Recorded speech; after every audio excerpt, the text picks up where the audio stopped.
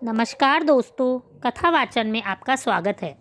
चैत्र मास के शुक्ल पक्ष की प्रतिपदा की तिथि को नवरात्रि का पर्व शुरू होता है। वैसे तो माँ दुर्गा की पूजा करना हमेशा ही अच्छा होता है, लेकिन नवरात्रि के दौरान ग्रहों के संयोग कुछ इस तरह से बनते हैं कि इनमें देवी की पूजा करना अधिक फलदायी होता है। नवरात्रि के 9 दिनों में माँ के 9 रूपों की पूजा की जाती है।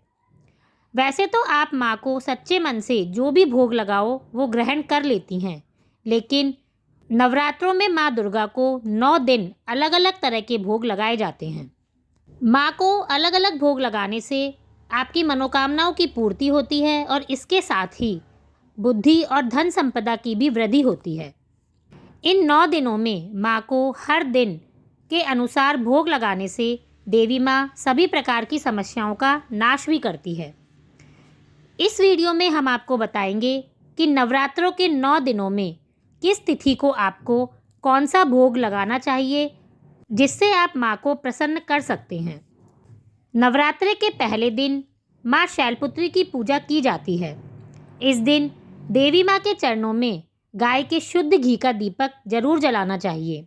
माँ शैलपुत्री को सफ़ेद चीज़ें अधिक पसंद हैं। अगर ये चीज़ें गाय के घी से बनी हुई हो तो इनका भोग लगाने से परिवार का हर सदस्य रोग मुक्त हो जाता है।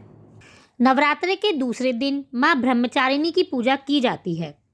इस दिन माँ दुर्गा के ब्रह्मचारिणी रूप को मिश्री, चीनी और पंचामृत का भोग लगाना चाहिए। इस भोग को देवी के चरणों में अर्पित करने के बाद परिवार के सभी सदस्यों में बांटना चाहिए। इससे सभी की आयु में वृद्धि होती है। नवरात्रि के तीसरे दिन माँ चंद्रघंटा की पूजा की जाती है।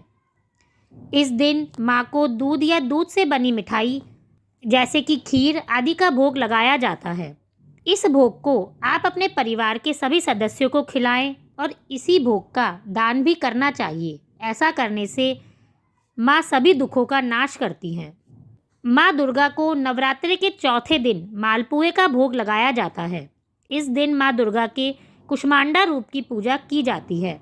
मालपुए का भोग लगाने के बाद इसके प्रसाद को किसी ब्राह्मण को दान करना चाहिए और खुद भी खाना चाहिए और अपने सारे परिवार को भी इस भोग को खिलाएं।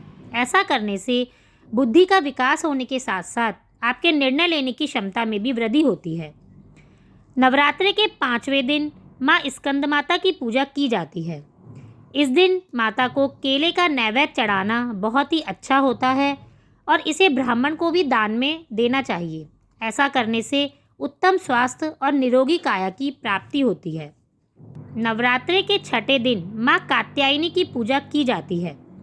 माँ कात्यायनी की पूजा में शहद का विशेष महत्व होता है और प्रसाद में शहद का प्रयोग करने से साधक को सुंदर रूप प्राप्त होता है।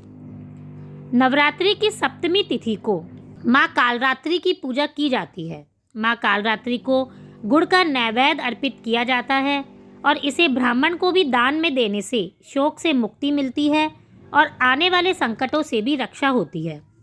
नवरात्रि के 8वें दिन माँ महागौरी की पूजा की जाती है। माँ महागौरी को नारियल का भोग लगाना चाहिए और नारियल को दान में भी देना चाहिए। एक नारियल को आप सिर से घुमाकर बहते हुए जल में प्रवाहित कर दें। ऐसा करने से आपकी हर मनोकामना पूरी होती है और संतान संबंधी सभी परेशानियों से भी छुटकारा मिलता है।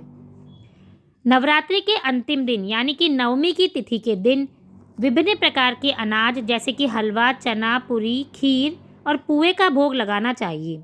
इस दिन गरीबों को दान भी करना चाहिए। इससे जीवन में हर सुख और शांति मिलती है। 9वीं की तिथि के दिन आप माँ को तिल का भोग लगाकर भी ब्राह्मण को दान में दें। इससे मृत्यु भय से राहत भी मिलती है। इस तरह से नवरात्रि के 9 दिनों में आप माँ को अलग अलग तरह से भोग लगाकर उन्हें प्रसन्न कर सकते हैं। इससे आपकी सभी मनोकामनाओं की पूर्ति होती है और जीवन में सुख और शांति आती है। आप सभी को नवरात्रि के पर्व की बहुत बहुत शुभकामनाएं। धन्यवाद।